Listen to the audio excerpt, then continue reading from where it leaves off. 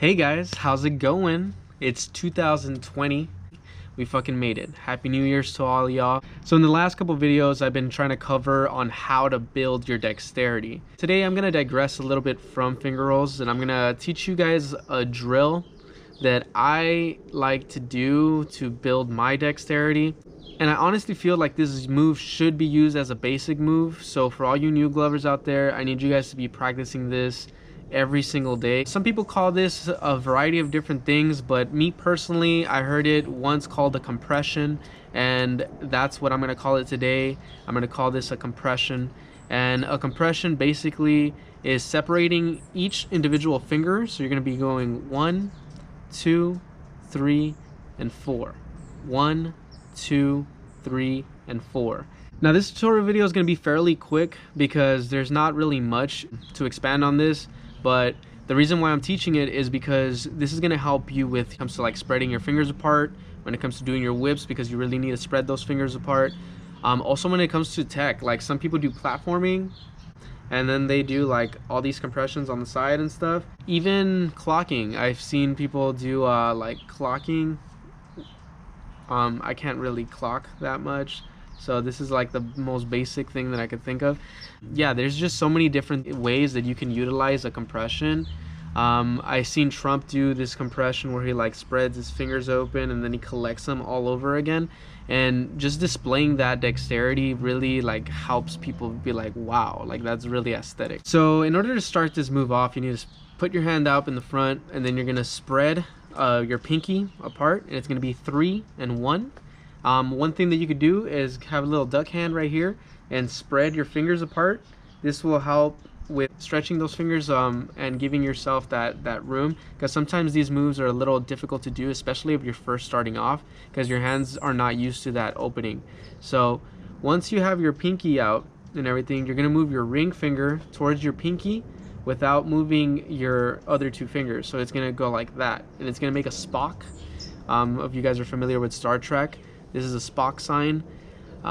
Live long and prosper. You're gonna do 2 and 2, so 2 and 2, and then you're gonna move your middle finger to your ring finger, boom, and you're gonna have 3 and 1.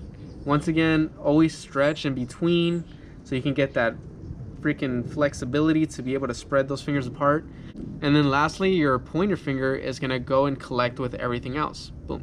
One thing that I like to do is kind of like move my hand a little bit to my right, a little bit to my left with every movement. So you go boom, boom, boom, boom, or 1, 2, 3, 4, 1, 2, 3, 4, 1, 2, 3, 4. And then you do it with the other hand. You go 1, 2, 3, 4.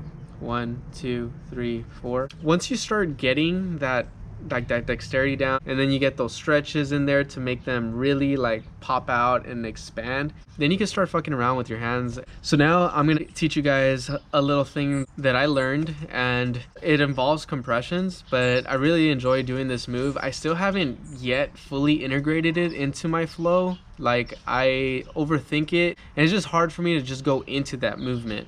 But I'm going to teach you guys how to do this, so maybe you guys can incorporate it into your flow and then make it seem seamless. So in order to do this one, we're going to stick out both hands, okay?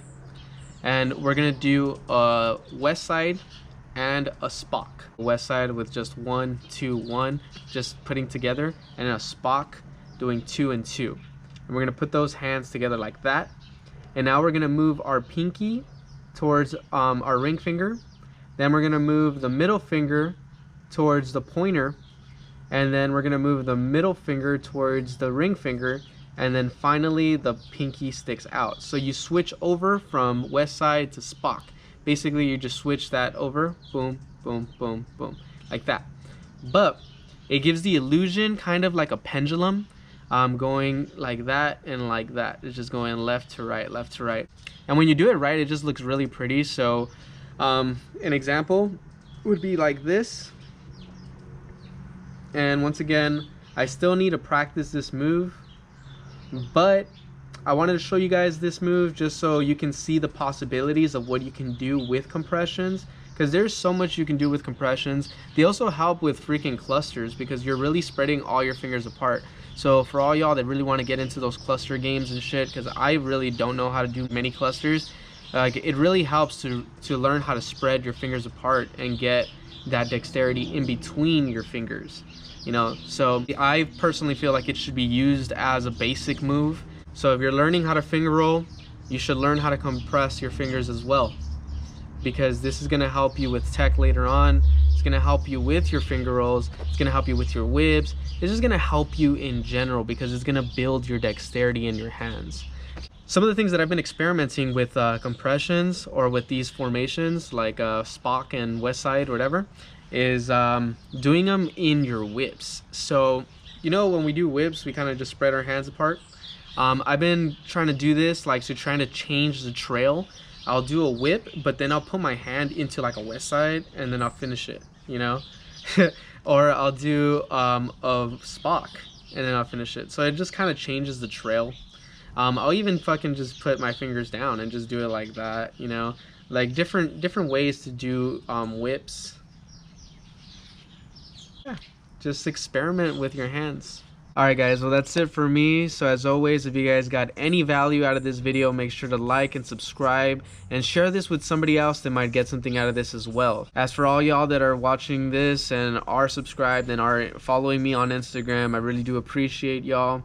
And make sure to send me a message, DM me, leave something in the comments, you know, try to connect with me so I can connect with y'all, because that's what this community is all about, connecting with one another and like building this bigger than what it is. But yeah, I'll see you guys on the next one.